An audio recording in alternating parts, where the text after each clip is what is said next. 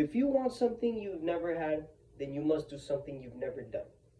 Hello, my name is Daniel Angulo, and today I'm going to be informing you a little bit about the fitness culture. Fitness culture has been around for many, many years. I'd even say thousands of years, dating back to ancient Greek times. Now we all know that the ancient Greeks established what we now know as the Olympic Games, a tournament comprised of many athletic events involving other athletes. I would even consider ancient Greek culture as part of fitness culture. And nowadays, a lot of people are still following they're still into the fitness culture, myself included.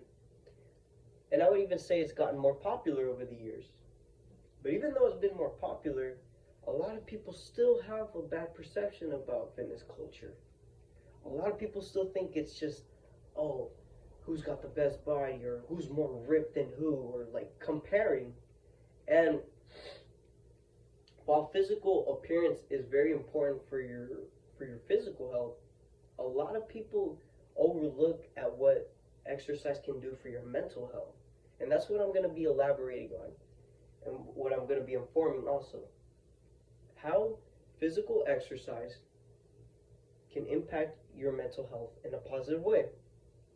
And the first way is it lowers your depression and anxiety levels.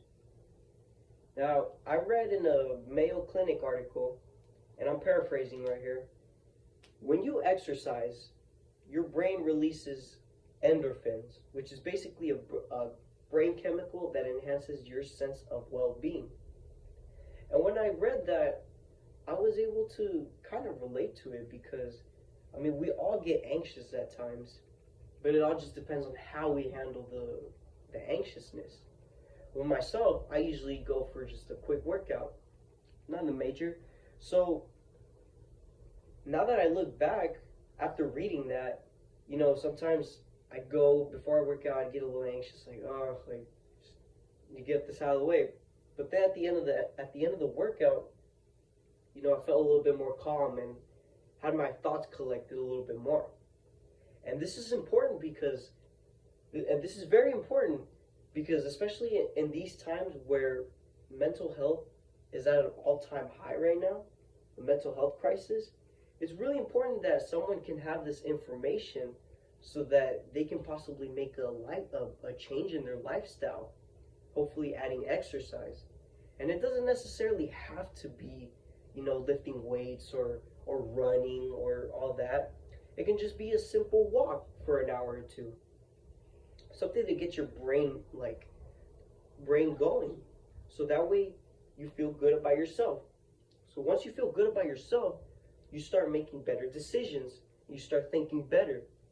And that leads me to my second point, which exercise helps improve cognitive function. And I looked up in a study, which was pretty interesting. It said, and I quote, "Moreover, physical exercise facilitates the release of neurotrophic factors, increases blood flow, and determines benefits on glucose and lipid metabolism." So what this basically means is when you're working out, your brain is technically getting a workout too of its own, because there's blood flowing through your brain. There's blood flowing through your brain, which is also a muscle. And it's very important because once you have blood flowing in your brain, it's becoming more healthier and you kind of getting more positive thoughts. It's simple. A healthy brain means healthy thoughts. A not healthy brain means not healthy thoughts, negative thoughts. And this is all adding up to my final reason why physical exercise is good for mental health. And that is improving self-esteem and self-confidence. Now, I read in another study, which I will paraphrase, that basically regular exercise has proven to be the cause of high self-esteem. And this is important because nowadays, with social media and all that, a lot of people have a bad perception of themselves. And a lot lot of people are like, whoa, how come I'm not like that? It's very simple. You know, I'm not saying you need to exercise, but it should be brought to the light of what exercise can do for you. So that was basically my 3 main points. You know, exercise is very important for your mental health because it improves blood flow in your brain, cognitive thinking, it lowers anxiety and depression, and it boosts self-esteem and confidence. And the reason to remember this is because mental health affects everybody. So that's where I leave you with. That's what I leave you with. Okay? Thank you.